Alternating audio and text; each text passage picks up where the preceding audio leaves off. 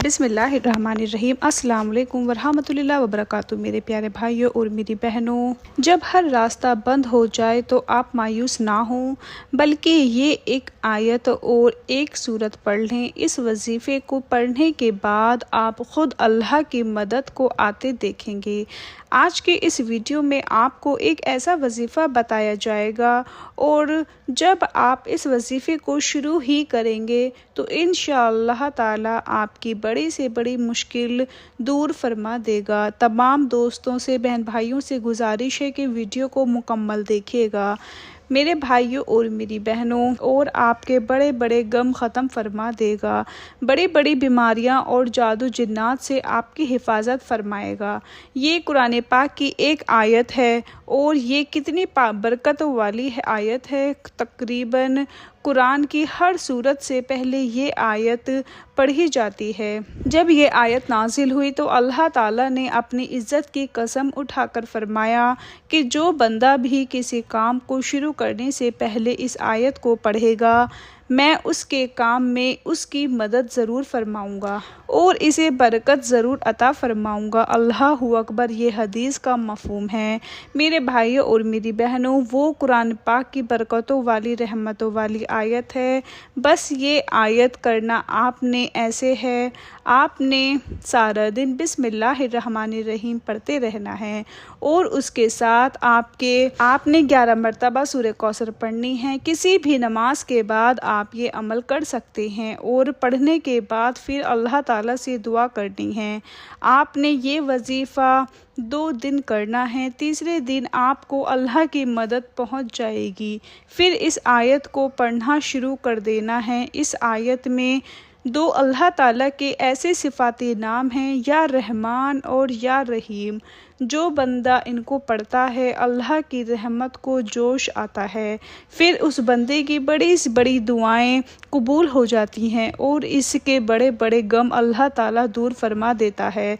बड़े लोगों ने इस आयत का वजीफ़ा किया, किसी ने बताया इसको पढ़ा अल्लाह ने दुश्मनों से बचाया, किसी ने बताया इस आयत को पढ़ा अल्लाह ने बड़ी बड़ी बीमारियां ख़त्म कर दी, किसी ने बताया मैंने रिज़्क़ के लिए पढ़ा अल्लाह ने रिज़्क़ हलाल दिया, किसी ने बताया रिश्तों के लिए पढ़ा अल्लाह ताला ने शादी के लिए मसले हल कर दिए, औलाद के लिए किसी ने बताया पढ़ा अल्लाह ने फ़ज़ल किया। दुनिया के किसी काम के लिए भी आप ये वजीफ़ा शुरू कर लें। किसी भी नमाज के बाद बिस्मिल्लाहिर्रहमानिर्रहीम पढ़ते रहें। उसके बाद आपने 11 मरतबा सूरत कौसर पढ़नी है और बाद में अल्लाह से दुआ करें।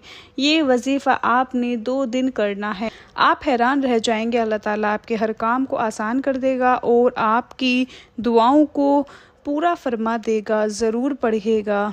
इसके साथ नमाज का एहतमाम भी लाजमी करें। रसूलुल्लाह सल्लल्लाहु ताला अलैहि वसल्लम ने फरमाया, जमात के साथ किसी की नमाज बाज़ार में या अपने घर में नमाज पढ़ने से दर्जों में कुछ ऊपर 20 दर्जे ज़्यादा फजीलत रखती है, क्योंकि जब एक शख्स अच्छी तरह वज़ू करता है फिर मस्जिद में सिर्फ नमाज के इरादे से आता है, नमाज के सिवा और कोई चीज़ उसे ले जाने का बाइस नहीं बनती, तो जो भी कदम वो उठाता है उससे एक दर्जा उसका बुलंद होता है या उसकी वजह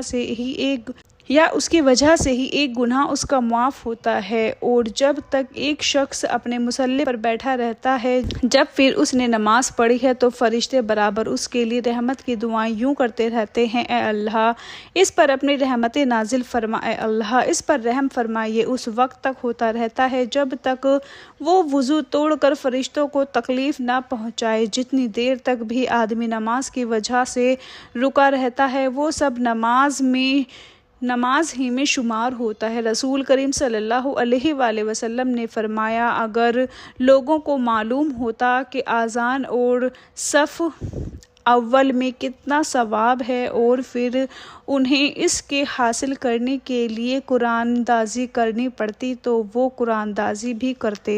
और अगर उन्हें मालूम हो जाए कि नमाज सवेरे पढ़ने में कितना सवाब है तो लोग एक दूसरे से सबक़त करने लगेंगे। और अगर उन्हें मालूम हो जाए कि ईशा और सुबह की कितनी फजीलत हैं تو اگر گھٹنوں کے بل آنا پڑتا تو پھر بھی آتے۔ رسول اللہ صلی اللہ تعالیٰ علیہ وآلہ وسلم نے فرمایا، جس نے اذان سن کر یہ دعا پڑھی، اے اللہ اس کامل پکار کے رب اور کھڑی ہونے والی نماز کے رب محمد صلی اللہ تعالیٰ علیہ وآلہ وسلم کو قرب اور فضیلت عطا فرما اور انہیں مقام محمود کھڑا کیجیے جس کا تو نے ان سے وعدہ کیا ہے، تو اس کے لیے قیامت کے دن میری شفاعت ضروری ہوگی۔ میرے بھائیوں اور میری بہنوں، حضرت عمر بن خطاب رضی اللہ تعالیٰ عنہ کے ساتھ رمضان کی ایک رات کو مسجد میں گیا۔